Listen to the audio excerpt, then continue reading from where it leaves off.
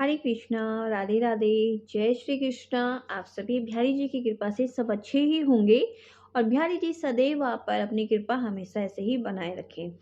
तो आज जिसके ऊपर जो आज का टॉपिक है वो यह है कि मैं इस दुनिया में आई हूँ और आकर जो मुझे कार्य करने थे वो मैंने कभी किए ही नहीं।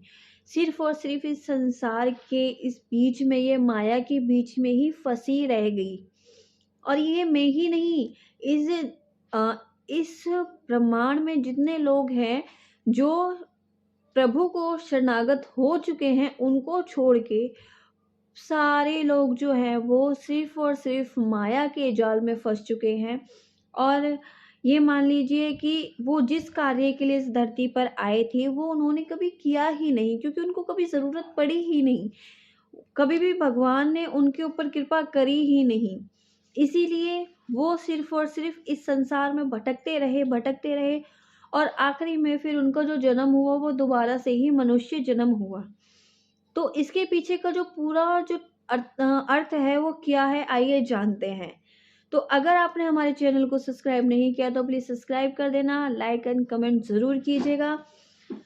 आइए जानते हैं।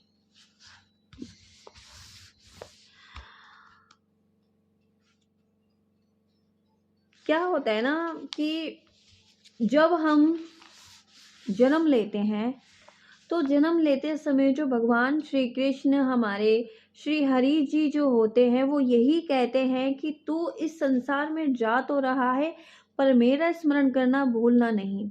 और उस टाइम पे मनुष्य जब माँ के गर्भ में होता है या हरि के ये वचन बातें जो सुन रहा होता है, तो वो यही कहता है कि जी प्रभु, मैं कभी भी आपको नहीं भूलूंगा। लेकिन वो जैसे ही माँ के गर्भ से बाहर आता है, उसको माया और संसार सब इसको घेर लेते हैं। ये कैसे होता है, इसका पूरा अर्थात जो है वो हम सारा चीजें समझते हैं। हे नाथ, ये जो एक मनुष्य है वो अपने भगवान से कह रहा है, हे नाथ, आपके चरण कमलों को भूलने के कारण मुझे इस भौतिक संसार में आना पड़ा। तब से अब तक मैं विभिन्न भौतिक कष्टों को झेल रहा हूँ।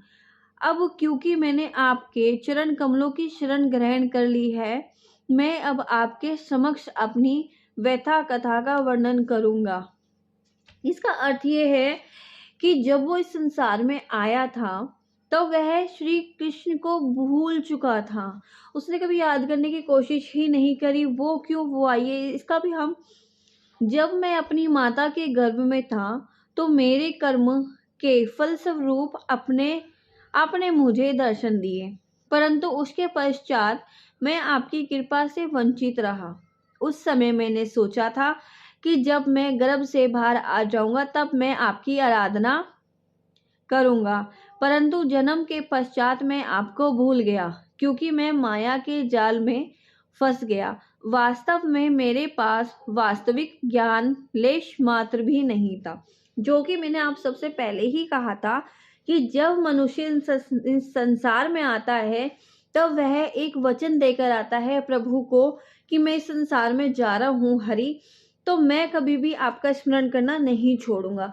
लेकिन जैसे ही वो माँ के गर्भ से बाहर आ जाता है तभी तुरंत वो सब कुछ भूल कर, और ये माया उसको अपने जंजाल में ऐसे फंसा लेती है कि वो कभी इस माया से बाहर निकल ही नहीं पाता है।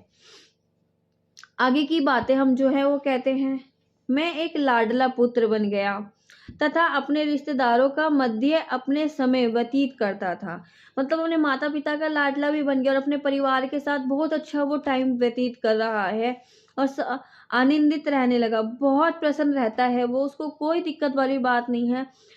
मैं अपने माता पिता के पूर्ण प्यार में पूर्णतः डूबता चला गया। जैसे हम अपने बच्चों से प्यार करते हैं, बच्चे हमारे प्रेम में पूरी तरीके से डूब जाते हैं कि जो माता पिता कहेंगे वही बच्चे आजकल सुनना पसंद करते हैं।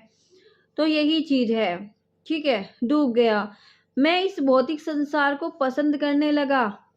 इस प्रकार धीरे धीरे दिन प्रतिदिन मैं बड़ा हो गया और अन्य किशोरों के साथ खेलने लगा। कुछ समय पश्चात जब मैं कुछ और अधिक बड़ा हुआ तो मैंने अपनी पढ़ाई लिखाई पर ध्यान देने लगा। यही होता है मनुष्य के साथ में। जो हम भौतिक तो हमको माया जो होती है वो पूर्ण तरीके से घेर लेती है, चाहे वो पढ़ाई को लेके हो, चाहे वो काम को लेके हो, चाहे वो प्रेम को लेके है, चाहे वो भोग को लेके हो, किसी भी चीज को लेके हो, वो माया हमको इतनी बुरी तरीके से जकड़ लेती है कि उससे सिर्फ वही निकल सकता है जो हरि को शरणागति कर दे, हरि की शरण में चला जाए, वही इस चीजों से बच सकता है।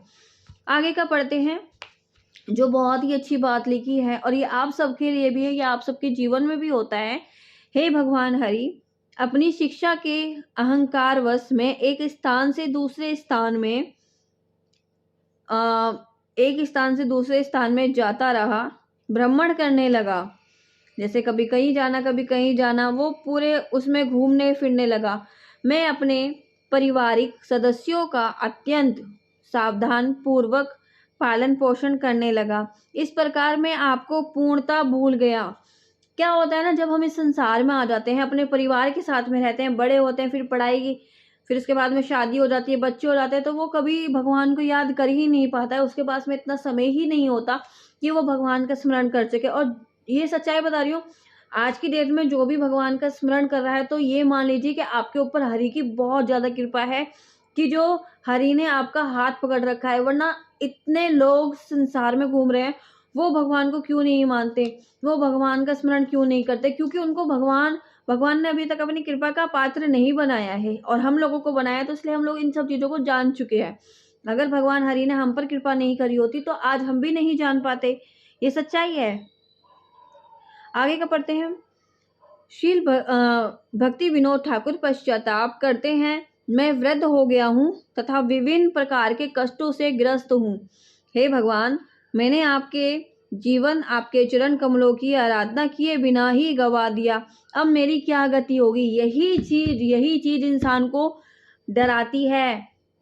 पूरी जिंदगी वह बचपन से लेकर जवानी तक और बुढ़ापे तक, जवानी तक तो बहुत अच्छे से जीता, लेकिन जैसे ही बुढ़ापा आता है ना, उसकी जो मति होती है, बस वो यही सोचती है कि शायद अगर मैं भगवान का स्मरण कर लेता तो आज मेरी ये गति नहीं होती, और अगर आज मेरे प्राण निकल जाते हैं तो कल मेरे साथ में क्या होगा। अभी देखा ना, इसमें लिखा है कि मैं वृद्ध हो गया हूँ और मैं विभिन्न प्रकार के कष्टों से ग्रस्त हो गया हूँ।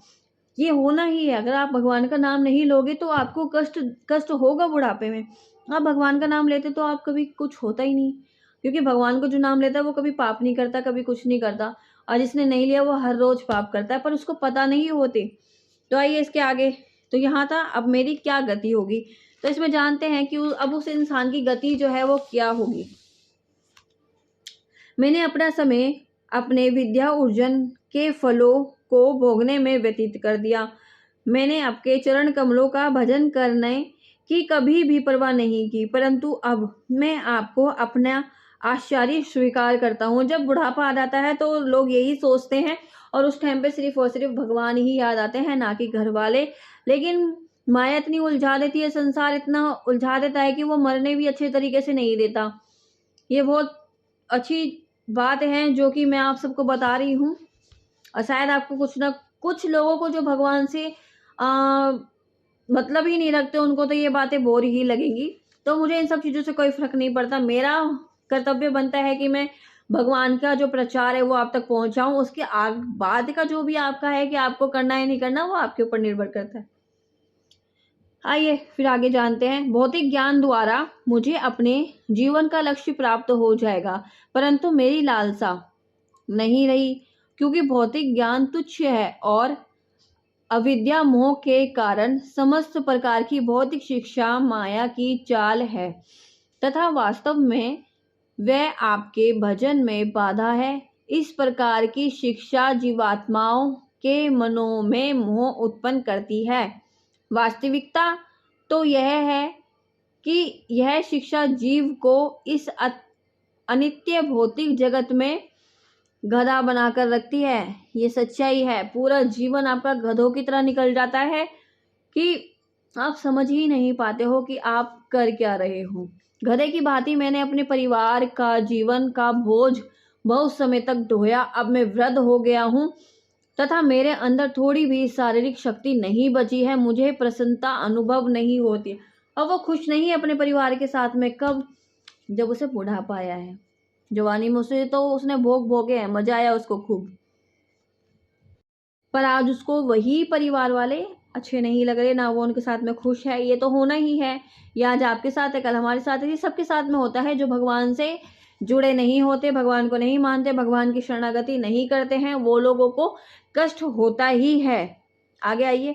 अब मेरे जीवन में मेरे लिए आध्यात्मिक कष्ट बन गया है, मेरी शिक्षा मेरी अविद्या का कारण बन गई है। मेरी अविद्या मुझे तीव्र वेदना दे रही है, कष्ट दे रही है, मानो मुझे तीर मार गया हो। ये तो है ही, जब जीवन में आप भगवान का नाम नहीं लोगे तो बुढ़ापे में आपको कष्ट मिलेंगे, और ऐसे कष्ट मिलेंगे आप सोच भी नहीं सकते हो। इस संसार में आपके चरण कमलों के अलावा अन्य कोई धन नहीं है। ये धन की बात इसे कब समझ में आई? जब इसे बुढ़ापा आ गया, क्योंकि वो धन का करेगा क्या।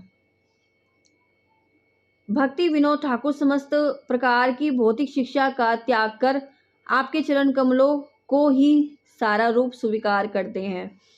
तो ये जो होता है ना, शरणागति, भगवान को शरणागति करनी बहुत ज़रूरी होती है।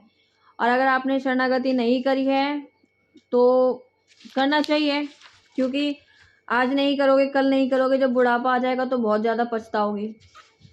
तो इसीलिए करना बहुत ज़रूरी है।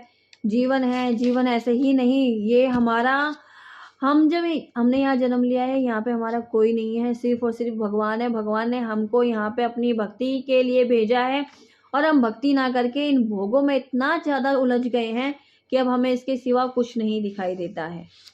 तो अभी इसका बहुत सारी चीज़ें हैं जो हम, इसका जो पार्ट 2 है वो हम अगले उसमें बताएंगे।